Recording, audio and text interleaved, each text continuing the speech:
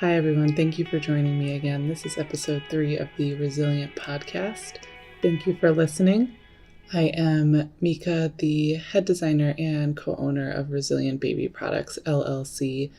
Very excited to bring you all product reviews, blog posts, podcasts, and also our own line of products that we have launched. Today we're going to be talking about how to find safe bath products for your baby. There are more and more companies seemingly every day that have launched new products for babies, lotions, soaps, diaper rash creams, the whole bit. And it can become very overwhelming when you're standing in the store at Target or you're browsing online, browsing on Amazon. What am I even looking at is kind of how you feel, and it can be incredibly overwhelming. If you are a new mom and you are still pregnant, you're coming up with your baby registry and all of that fun stuff, make sure you're checking out Target and Amazon. I know there's other companies that do similar things, but these are the two that I used when I was pregnant with my son. Amazon, when you create your registry, your baby registry with them, you qualify for a free baby box. And what's awesome about that is they give you a lot of full-size products in it. It's not just all these little sample pieces. It's some really good product that they're giving to you for free just for creating your baby registry with them. So I highly suggest you do that. Target had something similar too, I believe. I don't remember exactly how that one worked, but I know that that was also a really great registry for me. And there's a lot of other different freebies and trial size things that you can get. I will link that into the description to this podcast. It's also going to be in our blog post that corresponds to this. So make sure you check that out. So now that I've given you that little tidbit of information for all you new moms out there, get a chance to try out some really good products and you don't have to buy full sizes of things to figure out if you like them or not. So today, talking about baby products, because it can be so overwhelming and there's so many of them, and even when you're trying to narrow it down to all natural products, organic products, vegan products, whatever it is that you are really looking for in your baby skincare, there's still so many options. So I just wanted to give you guys a quick little rundown on everything, things that I've used, and some resources at the end of our blog post. Like I said before, I will also link them into the description to the podcast to kind of help you guys choose what's best for you and what's best for your family. So figuring out what skincare products to use with a newborn is scary for sure, especially if you're a first-time mom, you've never done this before. You're like, oh my gosh, will they have a reaction to this? Is this ingredient in this okay? I am definitely one of the moms that studies the ingredients label on the back of every baby lotion that I look at. I want to be able to give my son better products than what I had when I was growing up. It was like Johnson & Johnson's, and I don't even want to know what was in those original formulas. So I like to keep everything as natural as we can. We try to feed him pretty much an organic diet, with the exception of like when we eat out and stuff. I want him to be able to eat foods that aren't organic too. I don't want to create any sort of sensitivity for him. So we kind of combine all of those things. But all in all, we're usually looking for all natural organic products for him. So today I'm going to share with you some great resources and general information on how to find the best baby skincare products for you and your little one. Newborn skincare can be very delicate as your baby's immune system develops in their early months of life. You want to make sure that you are using mild soaps, you're using small amounts of lotion. Your newborn baby should have dye-free and fragrance-free skincare products that you're using, whether it's a line, whether it's all different items. Those are the big things that you want to be looking for. And some of the things that you should pay attention to when you're out shopping or browsing online is to carefully read your labels. Baby products can contain dyes, they have fragrances and chemicals, and all of those things could irritate your baby's skin. It could also affect their breathing depending on their sensitivity level. If you have allergies or asthma in your family, make sure you're paying extra attention to this because your newborn baby may be sensitive to different herbs and botanicals that may be in some of these products. Look for labels that are paraben-free, dye-free. These chemicals can be harmful to your baby. My last tip is just because it says hypoallergenic doesn't mean you're not going to have any sort of allergic reaction or it's the best for your baby. It just means that you're less likely to have a reaction with the ingredients that are in this.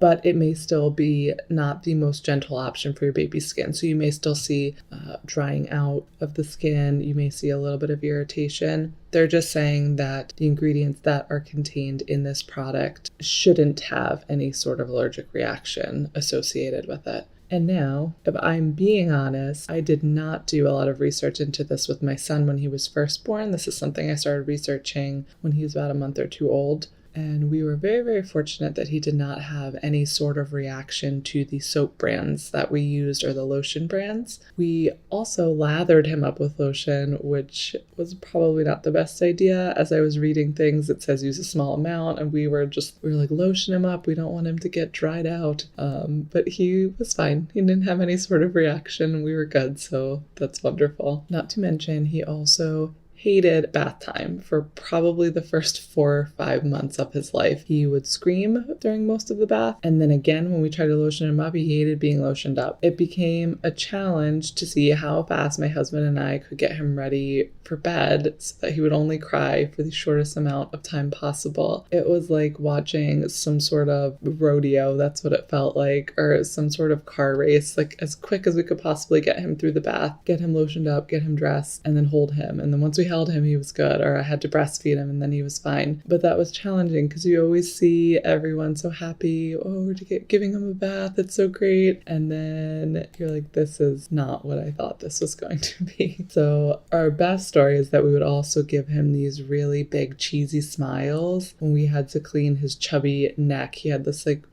TMI. He had this really chubby neck and he had like baby neck folds. So he tried to like clean through all his wrinkles and he hated that. That's when he would really start screaming. And we lovingly called his neck folds Atlantis because it was like the lost city. It was hard to find and very hard to keep clean. So we'll tell him that story when he's a teenager in front of his first girlfriend and really embarrass him. Next up, we have dry skin, eczema, and diaper rash. These are other skin reactions that you may need to treat on your newborn. Make sure that you are treating them promptly. Don't leave these things go. They will get worse and then it could require some sort of medicated topical and you don't want to get to that point. So they're common skin reactions and you should talk to your pediatrician about when to start using these products if you're noticing some sort of rash or irritation. If you're not sure what it is, make sure you contact your doctor and they can let you know what you need to be using. My son had eczema on and off since he was a newborn. We first tried a few over-the-counters. So we first tried the Aveeno eczema night cream because we were using the whole Aveeno line and we actually still use it. It was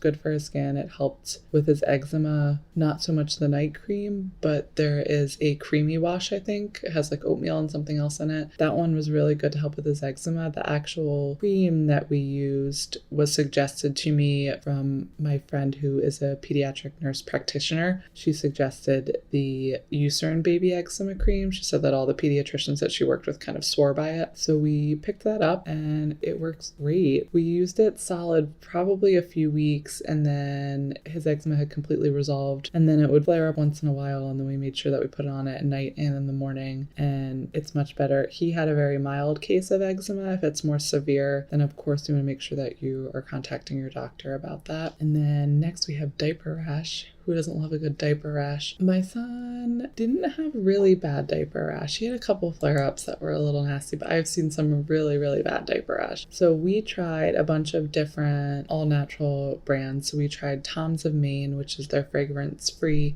baby diaper cream. We tried Bordeaux's butt paste. Sorry if I'm not saying that right. I feel like that's the way you say it. The natural formula. And then Cetaphil's baby diaper cream. The last one we tried was the Honest Company Rapid Relief Diaper Rash Cream. Out of all of these options, Tom's and Bordeaux's were the ones that we liked the best for my son. They had a good paste consistency, so it created that nice barrier on the skin and helped heal his rash. The consistency of the other two, the Cetaphil and the Honest Company, I didn't like as much. The Cetaphil cream was a little too thin. And then the Honest Company has like oily texture to it and felt a little bit gritty, so it just wasn't really a good match for my son, but I still liked them. They still worked pretty good. Just weren't my favorite. The other baby skin products I want to talk about are going to be baby oil and baby powder. These are the classics and probably used on you by your parents and your parents before them. They have since become more irrelevant. So baby oil is better used as a massage oil for newborn skin because newborn skin does not absorb it well. I tried baby massage on my son as well and he hated it, but I've seen videos and I've had friends who give their babies baby massages and they love it. So it's really good to use for that. I personally used baby oil to massage into my son's scalp. He had a decent flare up of cradle cap and it worked really well for loosening up the dry skin, and it helped keep like a barrier on his scalp so he didn't dry out as much because we had a hard time using lotion. It didn't work that well. Baby powders are not recommended to use anymore. The talc in baby powders can cause breathing problems, so make sure that you read up on it before you decide to use it on your newborn. Make sure you consult your doctor. It's just not something that is really recommended for use anymore. And last but not least, talk about some baby detergent. This isn't technically baby skincare, but this directly impacts your baby's skin. So you want to make sure that you're using a detergent that's free of perfumes and dyes. Normal detergents are harsh for your baby's skin. The detergent that you're using at home for your towels and your clothing may not be the best match for your baby.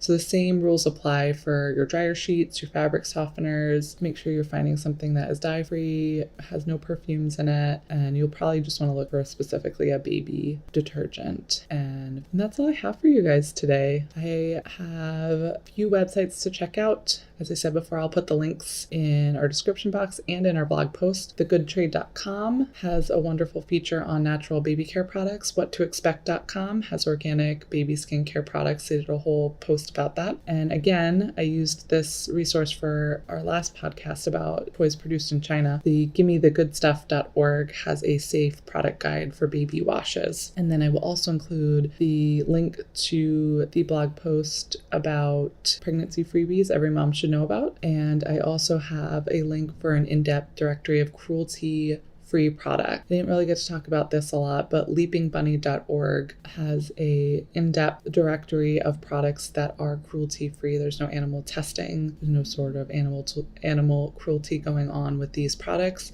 So if that's something that's important to you, I want to make sure I include that for anybody who would like to be checking that out as well. And I thank you guys so much for joining me. Please look forward to our next posts. We're going to have some more product reviews coming your way, and we're also going to reveal our August Mom of the Month. If you have not seen our July Mom of the Month, it was Gina Morawski, and she is in our blog post. You can check our blog page. We have a link to her Instagram as well if you'd like to follow her. She gave us some great insight to being a mom. She's a mom of 3, and she does so much. She's a very impressive person, and she gave some great advice for moms and things that she really loved experiencing watching her kids grow up so far. So I thank you all so much for joining me today. Hope you have a wonderful day. It is rainy here in Boston. We've got some thunderstorms rolling through, but it has been incredibly hot too, so I'm hoping that you're all cool and comfortable, and I hope that you will join me next week for episode 4, TBD, see what it's all about.